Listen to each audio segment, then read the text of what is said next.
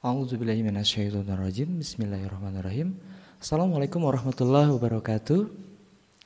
Innal hamdalillah nahmaduhu wa nasta'inu wa nastaghfiruh wa na'udzubillahi min shururi anfusina wa min sayyiati a'malina may yahdihillahu fala mudhillalah wa may yudlil fala hadiyalah. Ashhadu an la ilaha illallah wahdahu la syarikalah wa ashhadu anna Muhammadan abduhu wa rasuluh allazi la nabiyya ba'da. Raditu billahi robba wa bil islami dina wa bi Muhammadin nabiyya wa rasula. Rabbi syahri sadri wa yassirli amri wahlul uqdatam min lisani yafqahu qawli. Rabbi zidni ilman warzuqni fahman. Faqala Allah ta'ala fil Qur'anil Karim, a'udzu billahi minasyaitonir rajim. Huwallazi arsala rasulahu bil huda wa dinil haqq liyudhhirahu 'alad dini kullih wa kafa billahi shahida. Ya ayyuhalladzina amanu taqullaha haqqa tuqatih wa la tamutunna illa wa antum muslimun. Shadaqallahul azim.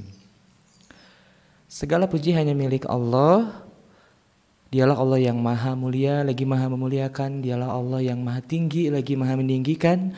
Dialah Allah yang maha besar lagi maha membesarkan. Dialah Allah yang maha pemaaf lagi maha memaafkan kesalahan-kesalahan kita di masa lalu, yang mana di kesempatan siang hari ini atas kudrah dan iradah Allah kita semua dapat sama-sama berkumpul. Insya Allah kita dapat memulai kajian online ya, yang mana pada kesempatan siang kali ini kita akan sama-sama belajar mengenai eksistensi manusia. Tak lupa juga salawat bernada salam mari kita sanjung, sajikan dan kita curah limpahkan ke pangkuan Rasulullah Muhammad sallallahu alaihi wasallam. Atas pengorbanan dan perjuangan beliau, Islam telah sampai kepada kita. Dan mudah-mudahan kelak di padang mahsyar atas izin Allah kita bisa mendapatkan syafaatul uzma dari beliau.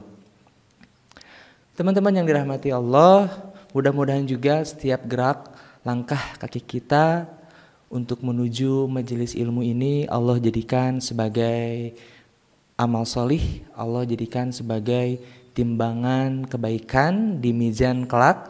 Dan insya Allah mudah-mudahan Allah gugurkan dosa-dosa di setiap tapak langkah kaki kita, atau dalam hal ini Allah jadikan sebagai gadgetnya teman-teman, gerak jempolnya teman-teman membuka video ini. Mudah-mudahan itu dalam rangka sama-sama belajar, sama-sama thalabul ilmi, kita sama-sama mengupgrade iman. Insya Allah mudah-mudahan ini bisa menjadi salah satu jalan dari sekian banyak jalan agar kita semakin memantaskan diri, semakin lebih mendekatkan diri mendekati pintu-pintu surga.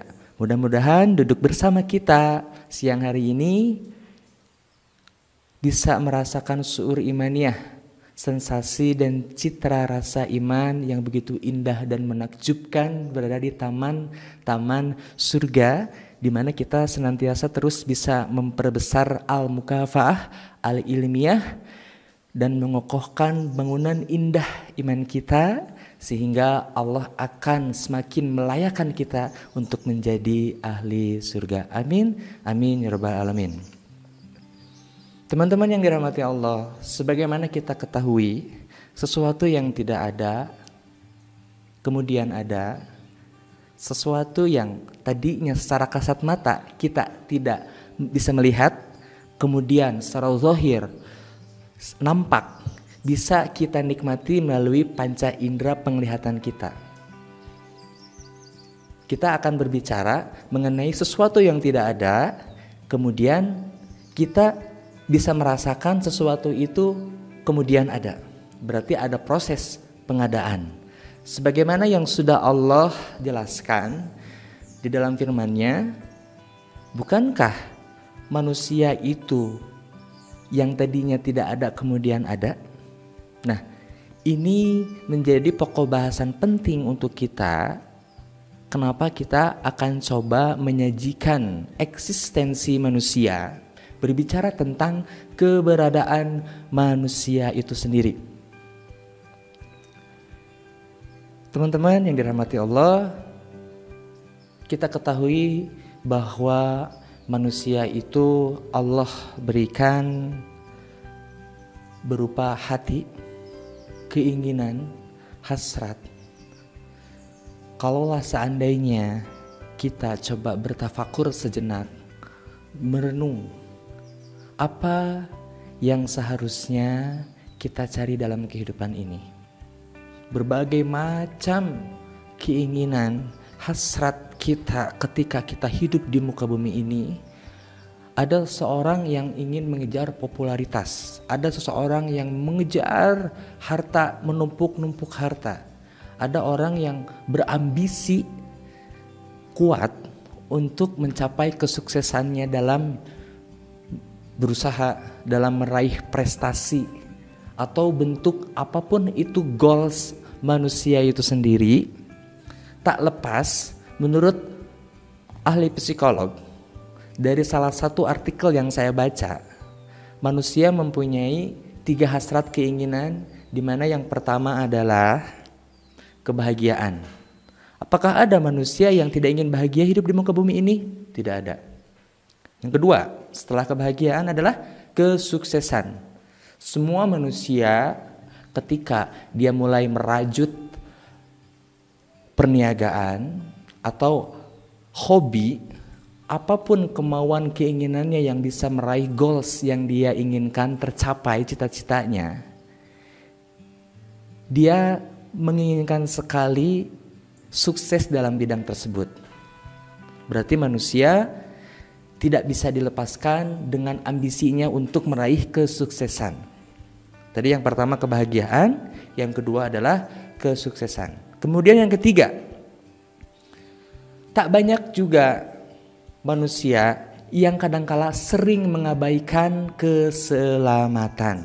Bahwasanya dalam kehidupan ini apakah dia sudah mendapatkan jaminan, apakah hidup dia sudah terjamin dia akan mendapatkan keselamatan di dunia maupun di akhirat. Bagi orang-orang yang beriman, tentulah sudah ini sangat menjadi kepentingan bahwa dalam kehidupannya yang dia lalui, yang dia jalani, tak lepas dari ketiga poin ini, yakni kebahagiaan, keselamatan, keselamatan nomor 3, kebahagiaan, kesuksesan, dan juga keselamatan. Itu tidak lepas dari hasrat atau keinginan dari lubuk hati kita yang paling dalam. Kalau tidak bahagia, pasti ingin mencapai kesuksesan. Bahagia, boleh jadi Allah berikan kebahagiaan versi dunia. Kesuksesan bisa jadi Allah pun akan anugerahkan kesuksesan kepada manusia tersebut. Namun keselamatan ini yang menjadi satu tolak ukur apakah kita layak Allah selamatkan. Boleh jadi di dunia kita selamat, tapi di akhirat wallahu a'lam bishawab.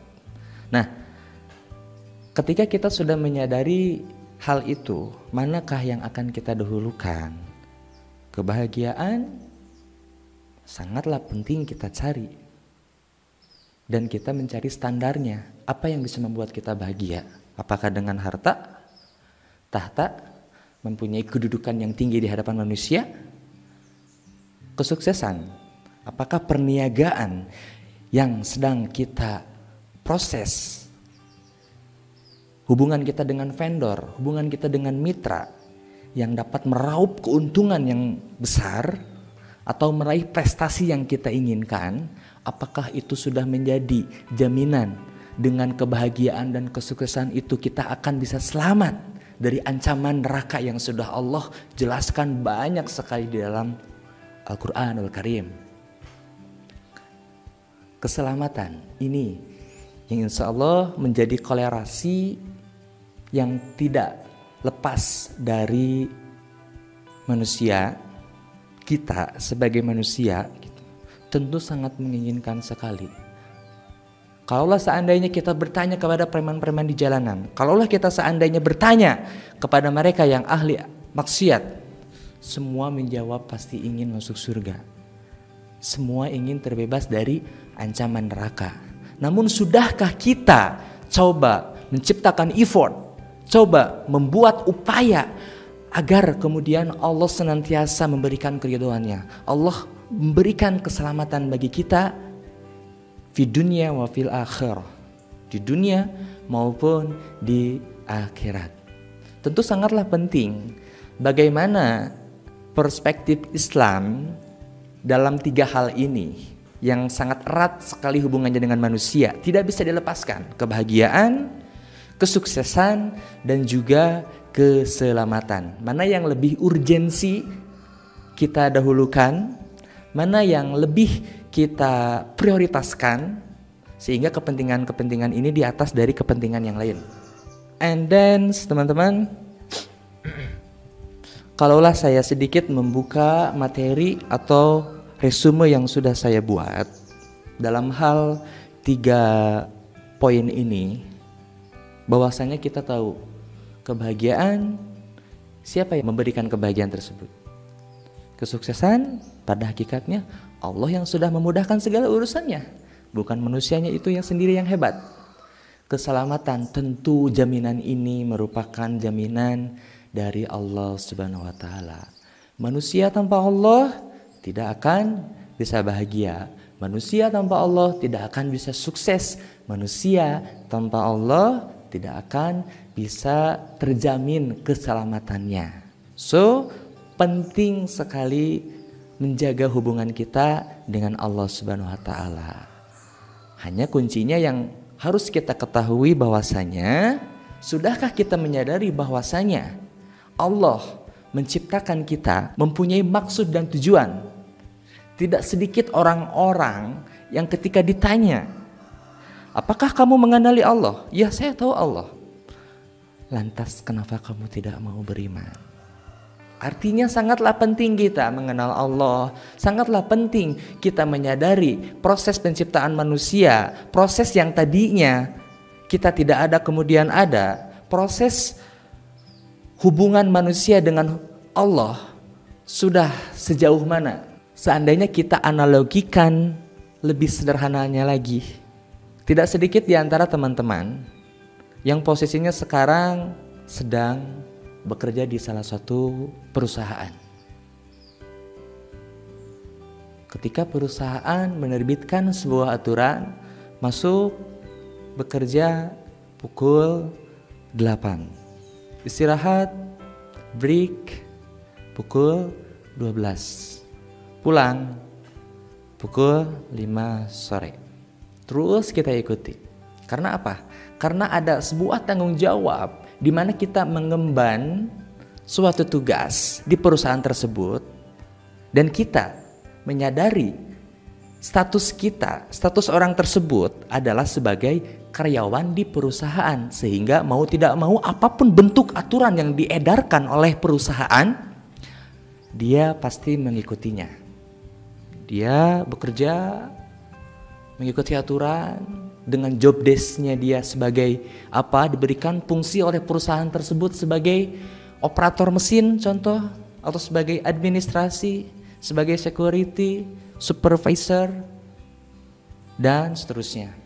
Dia akan melakukan karena dengan dia melakukan tugas tersebut akan mendapatkan feedback dari perusahaan itu, dan perusahaan akan memberikan haknya sebagai karyawan, yaitu menerima gaji. Nah, sedangkan kita, antara kita dengan Allah, manusia dan Allah, apakah kita sudah menyadari bahwasanya Allah lah yang memiliki diri-diri semua yang bernyawa? Allah lah yang maha memiliki semuanya.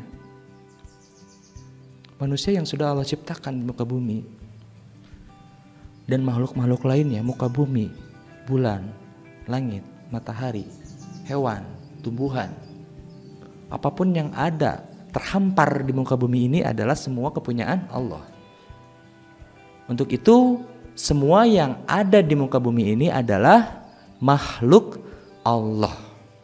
Sebagaimana ketika dia tadi menyadari dia sebagai karyawan di perusahaan tersebut, maka dia akan mengikuti peraturan-peraturan apapun yang diberlakukan di dalam perusahaan tersebut.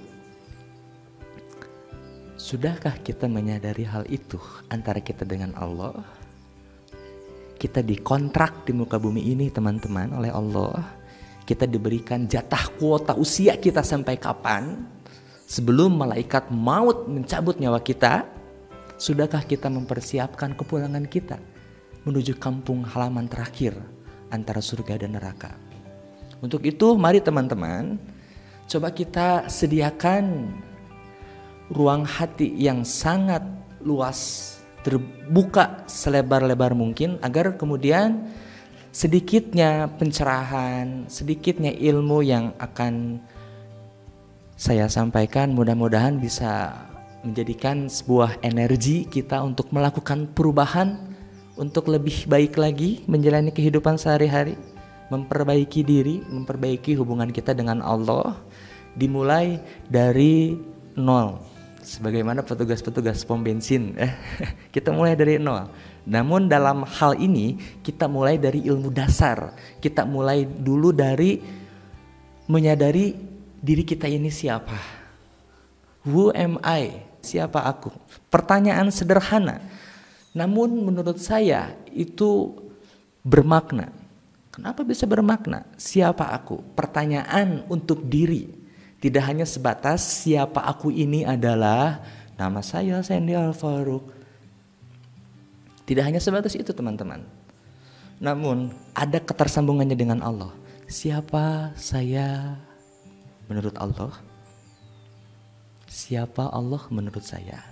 Kemudian apa yang harus saya lakukan untuk Allah yang sudah menciptakan saya?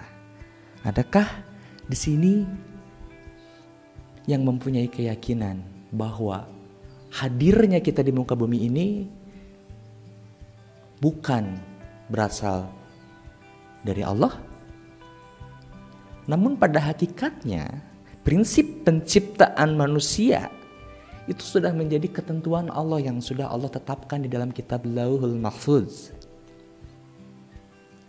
Allah sudah gariskan takdir kita, hidup kita, mati kita, termasuk jodoh, rezeki kita, kapan kita bisa mendapatkan keberuntungan atau sial, itu semua sudah diatur jauh-jauh hari sebelum kita lahir di muka bumi ini. Semuanya kepunyaan Allah, semuanya milik Allah Subhanahu wa Ta'ala. Tinggal bagaimana kita menyadari bahwa kita ini kepunyaan Allah. Kalaulah kita mempunyai suatu barang dan itu kepunyaan kita, kita pasti akan sangat menjaganya, protektif, tidak ingin sampai barang kepunyaan kita ini direbut oleh orang lain. Kalau menurut bahasa Sundanya apik, pasti kita bakalan terus ngejagain banget barang yang memang itu menjadi kepunyaan kita. Dan kita ini semua adalah kepunyaan Allah. Kita ini semuanya dimiliki oleh Allah. Jadi jangan sampai ada perasaan kita tidak dimiliki oleh siapapun. Hei, salah. Ini buat para teman-teman jomblo fisabilillah. Salah. Antum, saya, dan juga manusia semua yang ada di muka bumi ini adalah kepunyaan Allah. Bahkan makhluk hidup lainnya seperti tanaman, pohon, dedaunan, hewan, dan lain-lainnya, itu semua makhluk Allah. Menurut para peneliti dari Jepang, daun saja yang secara kasat mata kita lihat, makhluk hidup yang kita lihat secara kasat mata itu seakan-akan dia mati. Namun menurut penelitian Jepang, ketika diteliti oleh salah satu alatnya, mikroskop atau apapun lah itu namanya, ternyata daun pun mereka sedang bertasbih, mengagungkan Allah. Mereka yang tidak mempunyai akal, mereka yang tidak mempunyai lisan, mereka yang tidak memiliki tangan seperti kita, mereka yang tidak mempunyai kaki seperti kita, tapi mereka bisa bertasbih. Lah sudahlah kita yang sudah Allah anugerahi, yang sudah Allah titipkan kedua mata, satu mulut, dua telinga, akal, hati, dua tangan, dua kaki, sudahkah kita persembahkan itu semua untuk tunduk patuh kepada Allah Azza wa Jalla?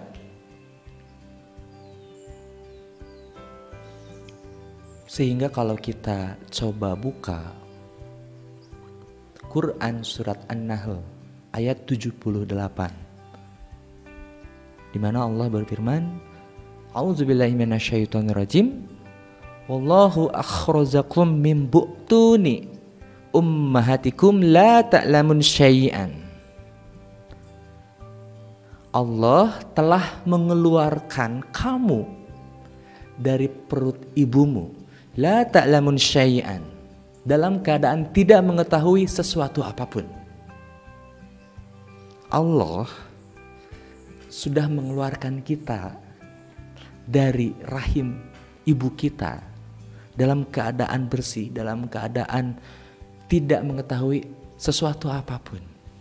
Kita belum mengetahui video TikTok sebagaimana yang sering kita lihat di beranda-beranda Facebook atau di feed Instagram, ya.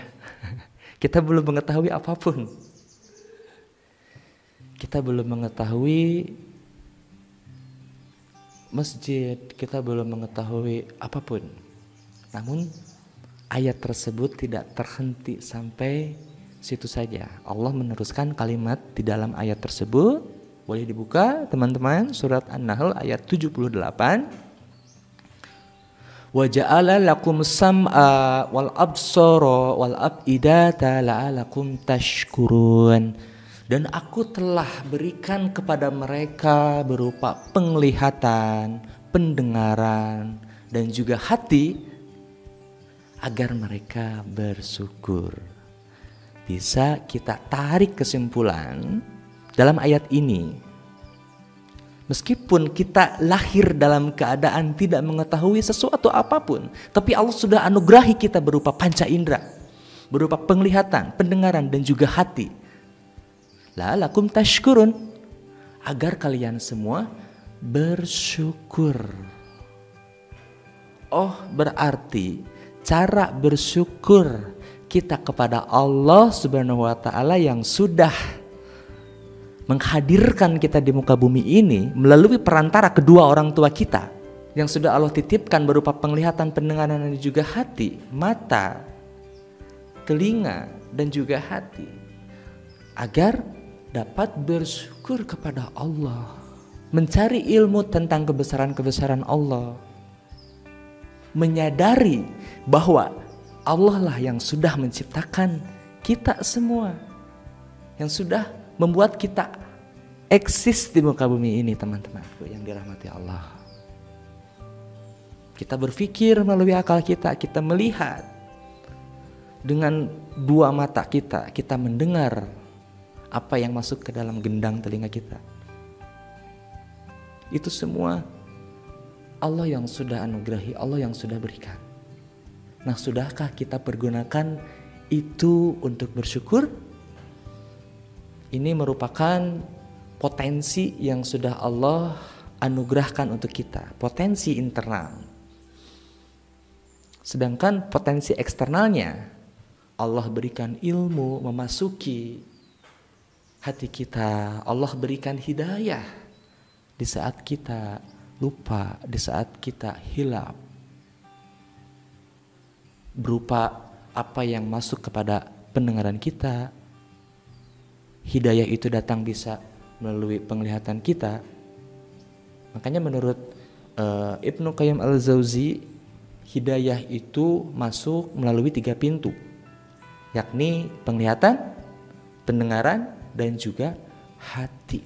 Nah, pertanyaannya, penglihatan kita, pendengaran kita, hati kita, sudahkah kita sediakan hanya untuk menerima hidayah kebesaran-kebesaran Allah, ilmu-ilmu tentang Allah, ataukah kita menggunakannya kepada kepentingan-kepentingan lain yang dapat membuat hubungan kita jauh dengan Allah Subhanahu wa taala. Makanya nantinya terbagi dua, mana orang yang ketika Allah berikan berupa potensi dia bersyukur, adapun juga manusia yang ketika Allah berikan potensi namun dia kufur. Kalau tidak syukur berarti kufur. Mungkin itu orang lupa kalau dia akan dikubur. Makanya kita sama-sama belajar syukur. Dimulai dari tafakur. Orang kufur terhadap potensi yang sudah Allah berikan kepadanya, Allah jelaskan di dalam Quran surat Al-A'raf ayat 179. A'udzubillahi minasyaitonirrajim. Walaqad dzarana li jahannam katsiran minal jinni wal ins. Dan sungguh aku jadikan isi neraka jahanam kebanyakan dari jin dan manusia. Lahum qulubun la yafqahuna biha. Mereka mempunyai hati tetapi tidak dipergunakan untuk memahami ayat-ayat Allah. Walahum ayunul la yubsiruna biha. Mereka mempunyai penglihatan tetapi tidak dipergunakannya untuk melihat tanda-tanda kekuasaan Allah. Walahum adzanul la yasmauna biha. Mereka mempunyai telinga, mempunyai pendengaran tetapi tidak dipergunakan untuk mendengarkan ayat-ayat Allah. Waulaika kal an'am.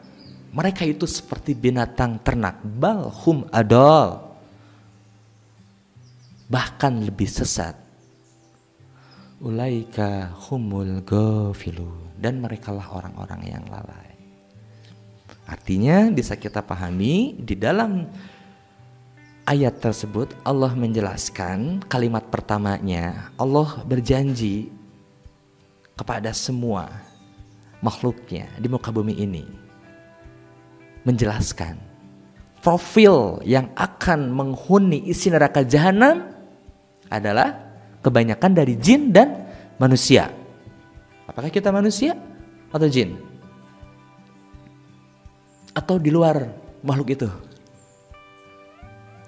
Kebanyakan dari jin dan manusia. Minal jinni wal ins. Yang seperti apa ya Allah yang akan engkau masukkan ke dalam neraka jahanam? Teman-teman, bisa kita ketahui bahwa neraka jahanam itu adalah tempat seburuk-buruk kita kembali, tempat abadi yang niscaya kita tidak dapat selamat. Kita tidak bisa dijahit, diangkat menuju kepada surga setelah berada di neraka jahanam. Nauzubillah min dzalik. Allah jelaskan di dalam ayat tersebut profil orang-orang yang akan menghuni isi neraka jahanam. Mereka mempunyai hati singkat, kita ambil garis merahnya, benang merahnya. Mereka mempunyai hati, mata dan juga telinga, tetapi tidak dipergunakan untuk bersyukur kepada Allah Subhanahu wa taala. Dan mereka itu di sisi Allah pandang derajatnya itu lebih rendah, lebih hina daripada binatang ternak. Dan mereka lah orang-orang yang lalai. Itulah manusia yang tidak mensyukuri pemberian dari Allah, potensi yang sudah Allah anugerahi kepada dia. Tidak dipergunakan untuk tunduk patuh, untuk beribadah kepada Allah. Mereka lah orang-orang yang kufur. Kalau orang syukur berarti dia memanfaatkan, memaksimalkan potensinya untuk tunduk patuh kepada Allah. Tapi orang-orang kufur sebaliknya, mereka melakukan sesuatu perbuatan yang dimurkai oleh Allah, yang menjauhkan dia dari Allah. Itulah manusia yang tidak mengenal jati dirinya.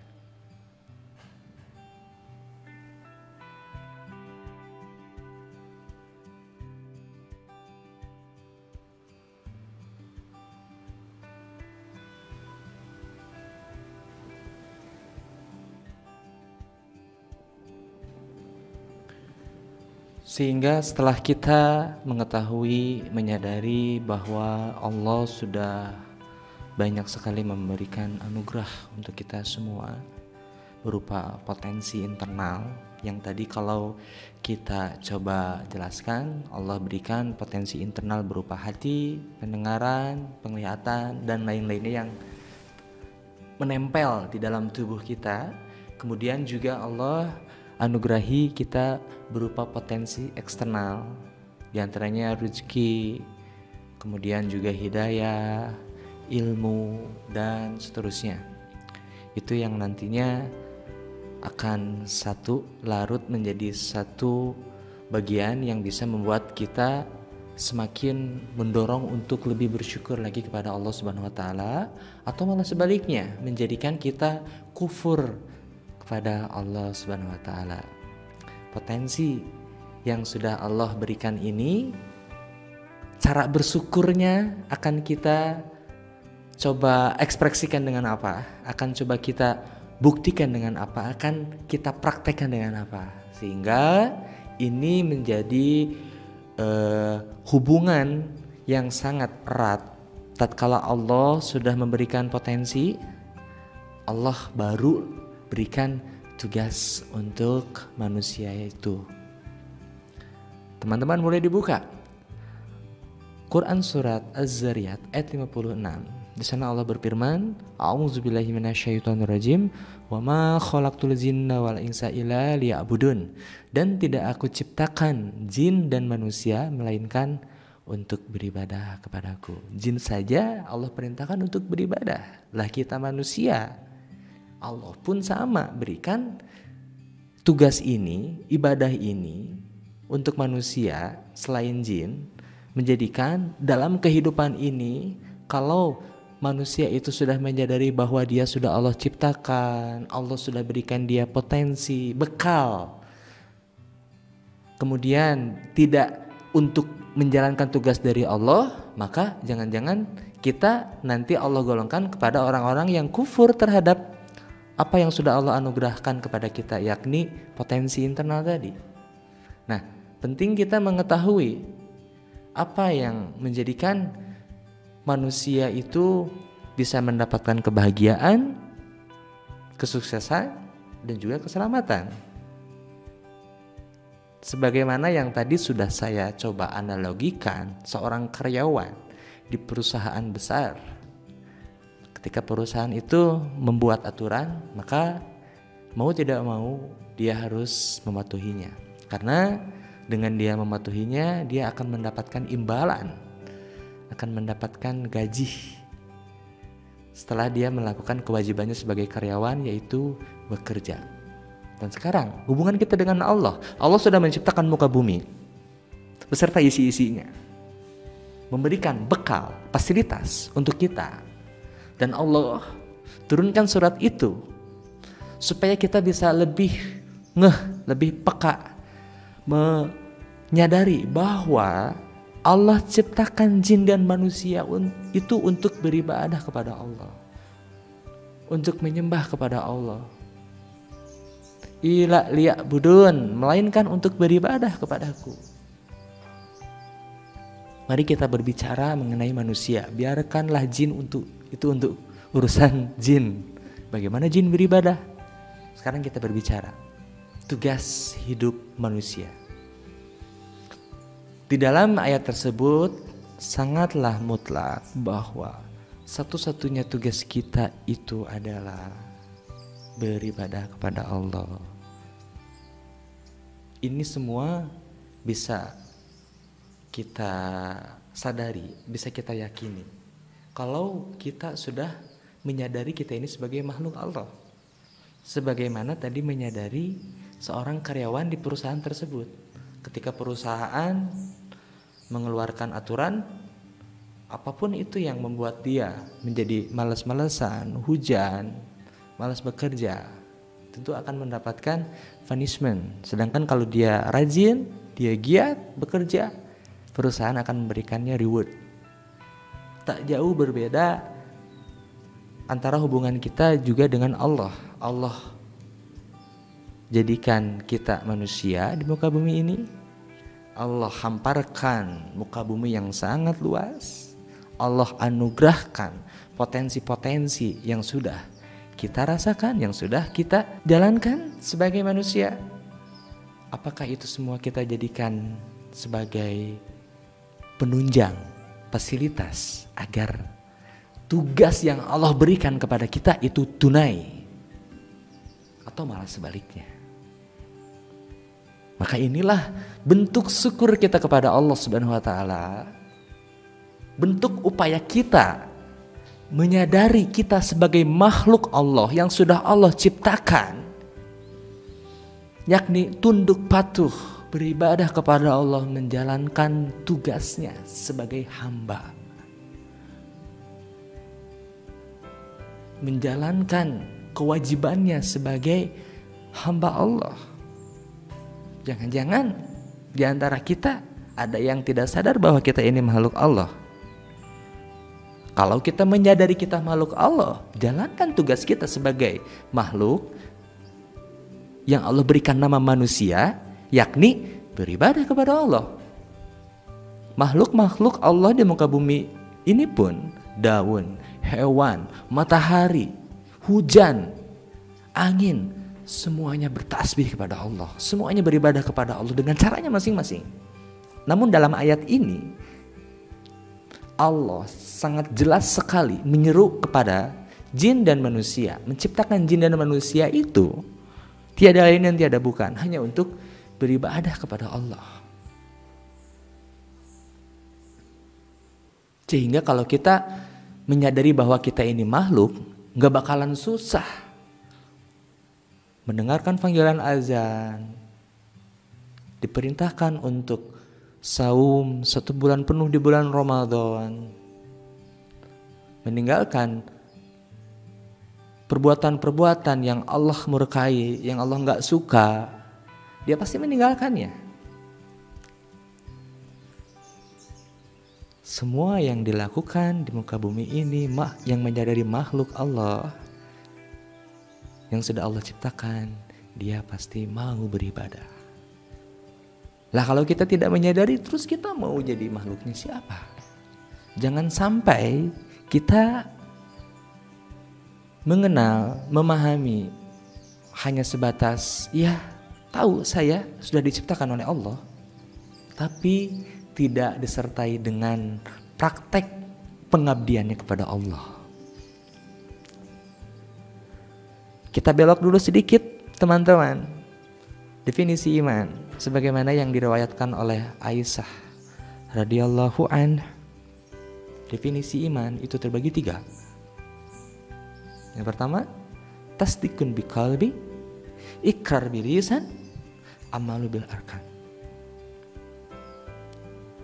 Dibenarkan oleh hati, diucapkan dengan lisan, dipraktekkan, diamalkan dengan perbuatan. Lah kalau seandainya kita hanya sebatas memahami, iya saya tahu harus beribadah, tapi tidak dipraktekkan, bohong berarti iman kita.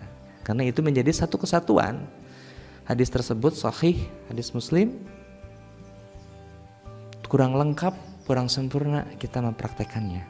Hanya sebatas lisan saja iman kita, tapi tidak diiringi, tidak selaras dengan apa yang kita lakukan.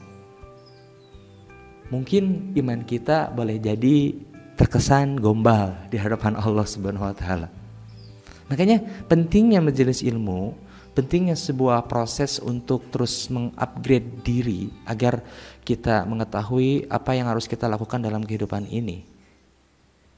Sehingga menjadi sebuah peta kehidupan, Al-Quran dan As-Sunnah menjadi sebuah petunjuk yang sangat jelas. Kita dapat mengetahui apa yang mesti kita lakukan sebagai makhluk Allah. Dan semuanya itu dibingkai dengan satu kata, ibadah. Allah menyuruh kita bekerja? Ya, betul. Tapi jadikan pekerjaan kita itu sebagai nilai ibadah. Allah menyuruh kita sekolah, mencari ilmu? Ya, betul. Tapi bagaimana agar kita menjadi pelajar, kita bersekolah itu bernilai ibadah? Allah juga isi makhluk-makhluk Allah lainnya di muka bumi ini. Bagaimana hubungan kita dengan sesama manusia? Bernilai ibadah. Dengan lingkungan sekitar itu bernilai ibadah. Dengan tanaman, dengan hewan. Semua lingkungan ini dapat merasakan dan menikmati keindahan manusia ketika beribadah. Wallahi, ketika semua manusia menyadari di muka bumi ini tugasnya untuk beribadah, tidak menutup kemungkinan muka bumi ini akan Allah turunkan keberkahan dari langit. Suatu keberkahan yang sangat luar biasa. Suatu keberkahan yang istimewa Allah limpahkan kepada muka bumi ini tatkala manusia itu benar-benar beriman kepada Allah. Nah, sebelum jauh berbicara ke arah situ, mari kita coba kembali lagi kepada diri. Sehingga ada salah satu hadis yang menurut ulama ini dhaif tapi bisa digunakan, ini baik. Yang bunyinya man arafa nafsahu faqad arafa rabbahu. Barang siapa yang mengenal dirinya, maka dia akan mengenal Rabb-nya. Kalau kita mengenal diri kita, kita ini diciptakan oleh Allah. Allah yang sudah memberikan saya kemampuan, Allah yang sudah anugerahi kita potensi bisa melihat, mendengar, berpikir dengan akal, mencerna kebenaran dan kebatilan dengan hati. Semua potensi yang sudah Allah anugerahkan, semua yang sudah menempel dalam raga kita, namun tidak membuat kita beribadah kepada Allah, tidak membuat kita bersyukur kepada Allah, boleh jadi kita digolongkan oleh Allah itu kepada makhluknya yang kufur, makhluknya yang tidak mengindahkan ketaatan kepada Allah dengan cara mengabdi atau beribadah kepada Allah Subhanahu wa taala. Selain tugas hidup, Allah pun juga memberikan manusia itu berupa fungsi. Sebagaimana yang Allah firmankan di dalam Quran surat Al-Baqarah ayat 30, bahwasanya Allah berfirman, A'udzubillahi minasyaitonirrajim, wa idz qala rabbuka lil malaikat, dan ingatlah tatkala Tuhanmu berfirman, inni zailun fil ard khalifah, aku hendak jadikan seorang khalifah di muka bumi ini. Terjemahannya, seraya mereka berkata, mereka di sini adalah para malaikat, ya Allah, apakah Engkau akan jadikan kerusakan di muka bumi ini? Engkau akan membuat pertumpahan darah dengan menciptakan khalifah atau manusia, atau yang kita ketahui adalah manusia pertama yaitu Adam alaihi salam. Kemudian Allah membalas bantahan atau komen dari para malaikat. Hei para malaikat, sesungguhnya aku lebih mengetahui dari apa yang kalian ketahui. Udah tuh malaikat gak bisa ngapa-ngapain lagi jika Allah sudah berbicara seperti itu. Artinya kita coba flashback sedikit, mengupas sejarah. Ketika proses Adam diciptakan, dapat komen, dapat balasan dari malaikat. Setelah malaikat dikatain oleh Allah, sesungguhnya aku lebih mengetahui dari apa yang kalian ketahui. Ada satu makhluk yang tidak bisa, yang tidak menerima ketika Adam diciptakan. Siapa dia? Yaitu Iblis laknatullah. Iblis ketika Adam diciptakan, dia membantah dan dia merasa bahwa aku yang lebih baik daripada makhluk ini. Dia lemah. Iblis memasuki satu persatu lubang yang ada pada diri Adam sampai berkata, ini adalah makhluk yang lemah, makhluk yang mudah begitu saja terkena bujuk rayu, mudah tergoda. Namun kata Allah, dia makhluk yang kuat, yang mana ketika dia sudah beriman kepadaku dan ikhlas ketika aku perintahkan untuk beribadah. Sehingga terjadilah suatu perseteruan di situ, perdebatan yang sengit antara iblis dan juga Allah. Dan sebagaimana kita ketahui di dalam sejarahnya, iblis sebelum Allah menciptakan Adam, iblis itu adalah makhluk satu-satunya makhluk yang solih pada masanya, sehingga Allah tinggikan derajatnya dan Allah tempatkan di surga. Kemudian Allah menciptakan Adam. Ketika Allah perintahkan kepada iblis, sujudlah kamu kepada Adam. Para malaikat sujud, makhluk-makhluk Allah yang lainnya sujud, hanya iblislah dengan kesombongan iblis yang tidak mau bersujud kepada Adam. Padahal konteksnya bukan melihat Adamnya yang sudah Allah ciptakan berasal dari tanah, tapi isi perintahnya itu loh teman-teman, yang harus kita garis bawahi, isi perintahnya itu. Dan siapa yang memerintahkan itu adalah perintah dari Allah Subhanahu wa taala. Lantas kenapa mengelak iblis tidak mau bersujud? Mulailah kesombongannya muncul. Aku lebih baik daripada makhluk ini kepada Adam. Aku diciptakan dari api sedangkan dia diciptakan dari tanah.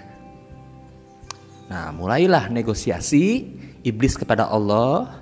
Ya Allah, ya Tuhanku. Iblis pun sangat beriman pada saat itu sebelum Adam Allah ciptakan. Izinkan aku mengganggu anak cucu Adam. Tangguhkan usia aku sampai akhir zaman. Allah pun mengiyakan dan meng-ACC permintaan dari iblis laknatullah. Entah apa yang menjadi pertimbangan Allah mengijabah permintaan dari seorang iblis. Dan disinilah kita memahami bahwa setiap derap langkah tapak kaki kita untuk beribadah kepada Allah itu sangat berat. Itu sudah dipastikan ada gangguan dari iblis yang senantiasa membuat kita agar menjauhi perintah-perintah Allah dan mendekati larangan-larangan Allah. Itulah misi iblis. Gitu.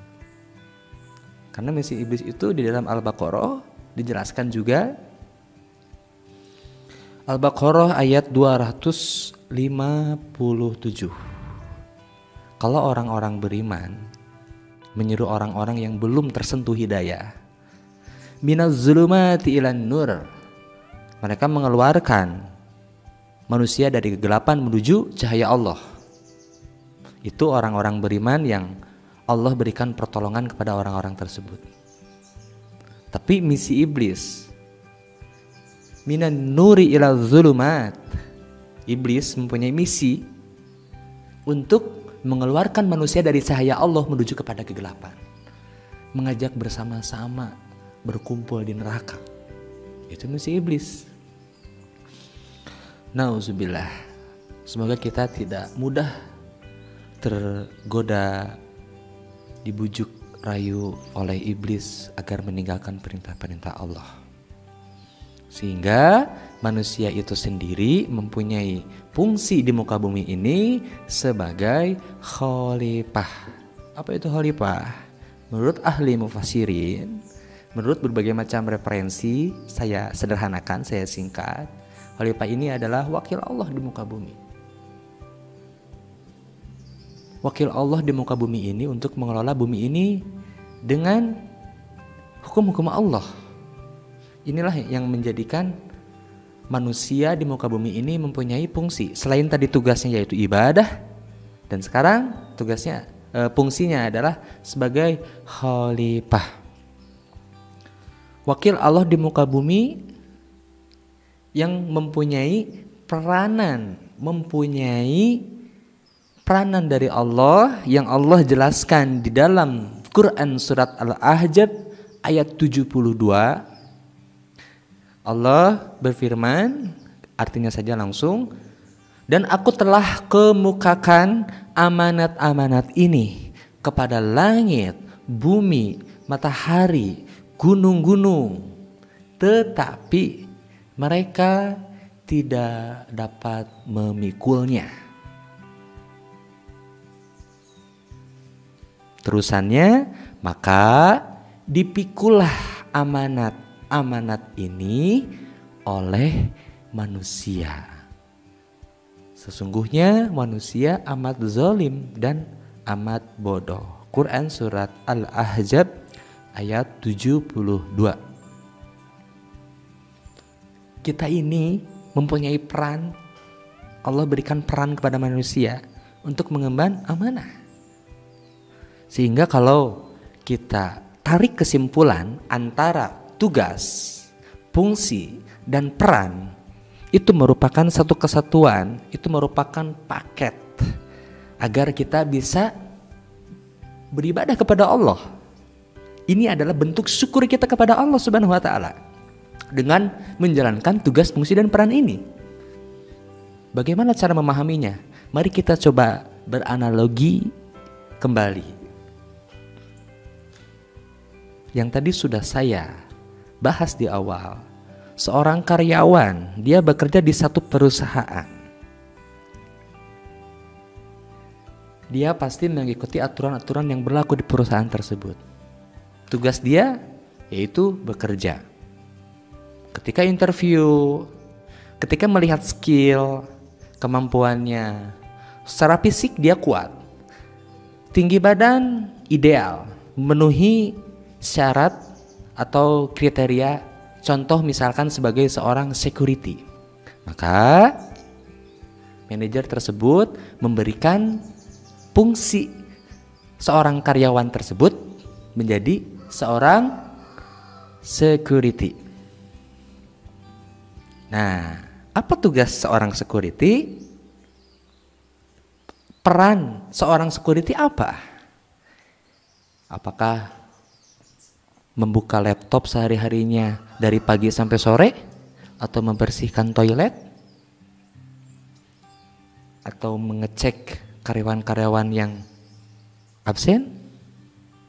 Tentu bukan. Fungsi dari security, fungsi sebagai security kemudian mempunyai peranan untuk menjaga keamanan. Maka ketika dia menjalankan fungsi dan peran, ketika dia mematuhi perintah dari perusahaan tersebut, bos perusahaan tersebut yaitu sebagai security, kemudian pekerjaannya menjaga keamanan, maka dia sedang bertugas. Sehingga tugas ini akan dikatakan tunai menurut perusahaan atau bos perusahaan tersebut manakala dia menjalankan fungsi dan perannya. Fungsinya sebagai security, perannya menjaga keamanan. Dikatakanlah orang tersebut, karyawan tersebut sedang bertugas. Bisa dipahami? Sekarang kita dengan Allah. Jadikan perusahaan itu adalah muka buminya. Kita dikontrak di muka bumi ini dengan kuota usia yang kita tidak tahu sampai kapan kita akan menghembuskan napas terakhir. Kemudian Allah jadikan Al-Quranul Karim ini sebagai petunjuk hidup, pedoman hidup, sebagai peta kehidupan, sehingga kita bakalan tahu apa saja yang mesti kita lakukan. Tugasnya tadi adalah ibadah. Quran surat Az-Zariyat ayat 56. Fungsinya manusia adalah sebagai khalifah. Al-Baqarah, Quran surat Al-Baqarah ayat 30. Dan perannya adalah pengemban amanat. Al-Ahzab ayat 72. So, tugas, fungsi, dan peran ini adalah satu kesatuan yang tidak bisa dipisahkan. Manakala kita memahami bahwa tugas kita adalah ibadah, bahwa kita harus mengabdi kepada Allah, kita harus tunduk patuh kepada Allah, jalankan fungsi dan peran, sehingga Allah akan nilai, Allah akan jadikan apa yang kita lakukan di muka bumi ini dalam rangka menunaikan tugas kita sebagai makhluk Allah yang harus beribadah. Di sini juga kita bisa menarik kesimpulan ibadahnya manusia dengan makhluk-makhluk Allah lainnya, hewan, tanaman, matahari, bulan, dan lain-lainnya tentu berbeda. Apa yang dapat membedakannya? Yakni fungsi dan perannya. Karena kenapa Allah timpahkan fungsi dan peran ini kepada manusia? Karena di awal sudah dijelaskan manusia diberikan potensi. Lah gunung langit, hewan, tumbuhan. Mereka tidak. Allah anugerahkan potensi. Manusia diberikan potensi, manusia diberikan akal, hati. Sehingga dipikulah amanat-amanat ini oleh manusia. Tugas, fungsi, peran. Jalankan fungsi dan peran. Kita sebagai khalifah fungsinya, perannya mengemban amanah. Itulah ibadah kita. Sedangkan ibadah-ibadah makhluk Allah lainnya, hujan, ketika Allah perintahkan turunlah kamu hai hujan, ibadahnya seperti demikian. Terbitlah kamu matahari di sebelah timur, begitulah ibadahnya matahari. Muncullah kamu duhai bulan di malam hari, itulah ibadahnya bulan. Sehingga ibadahnya manusia dan ibadahnya makhluk-makhluk Allah yang lain itu sangat berbeda, dan kita bisa bedakan dari fungsi dan perannya. Semua mempunyai fungsinya masing-masing, semua mempunyai peranannya masing-masing. Namun pada hakikatnya itulah mereka yang sedang bertugas, bertasbih kepada Allah, mengagungkan Allah, membesarkan Allah, tunduk patuh kepada Allah, mengabdi kepada Allah Subhanahu wa taala.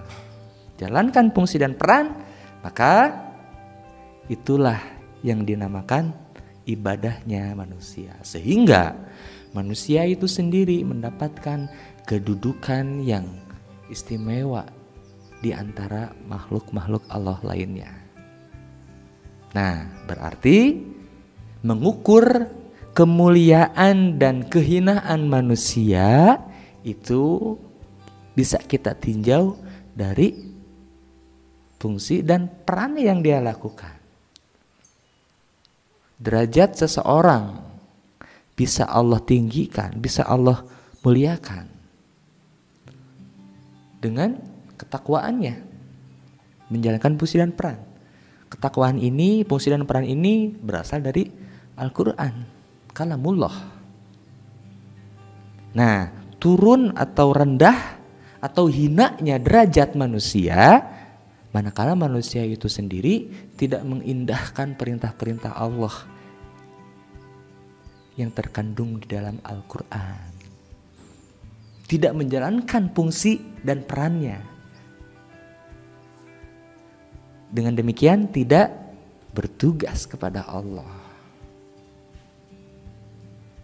Maka inilah hamba Allah yang mengabdi kepada Allah, makhluk Allah yang benar-benar tunduk patuh, hamba Allah sejati yang menjalankan fungsi dan perannya, yang menjalankan tugasnya sebagai makhluk, yang insya Allah ini merupakan upaya menjauhkan kita agar Allah tidak menggolongkan kita sebagai makhluk Allah yang kufur, tapi Allah himpun kita, Allah golongkan kita kepada orang-orang yang bersyukur, menjalankan potensi yang Allah berikan dengan beribadah kepada Allah.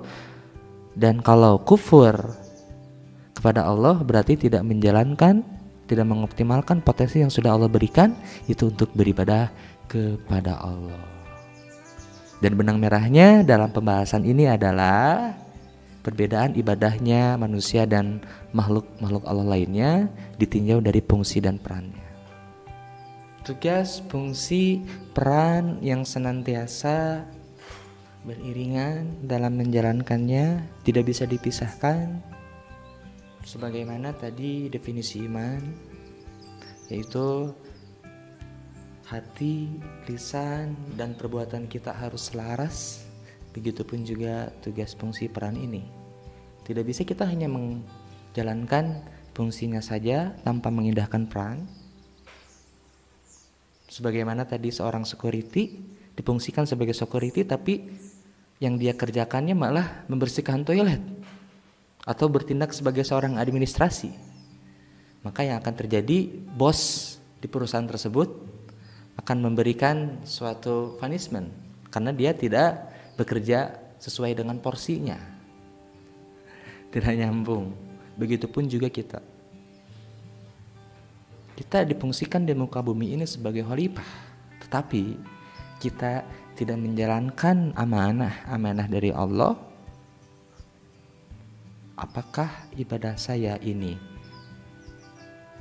akan Allah nilai? Wallahu a'lam bishawab. Cuman secara ilmu, secara analisa, kita bisa mengukur sudahkah benar ibadah kita menurut Allah melalui Al-Quran.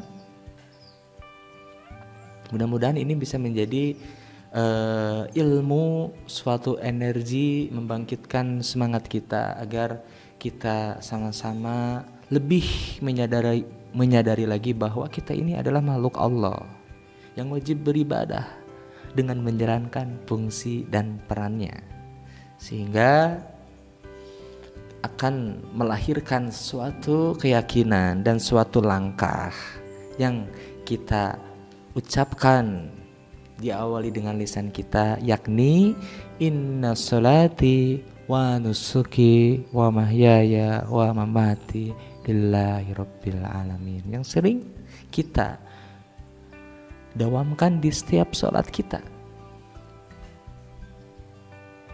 Nah, insyaallah mudah-mudahan itu saja yang dapat saya sampaikan. Demikian, mohon maaf yang sebesar-besarnya apabila ada perkataan yang tidak berkenan atau keliru, saya minta dikoreksi. Saya memohon ampun kepada Allah Subhanahu wa taala. Akhirul kalam, subhanakallahumma wa bihamdika asyhadu an la ilaha illa anta astaghfiruka wa atubu ilaik. Wassalamualaikum warahmatullahi wabarakatuh.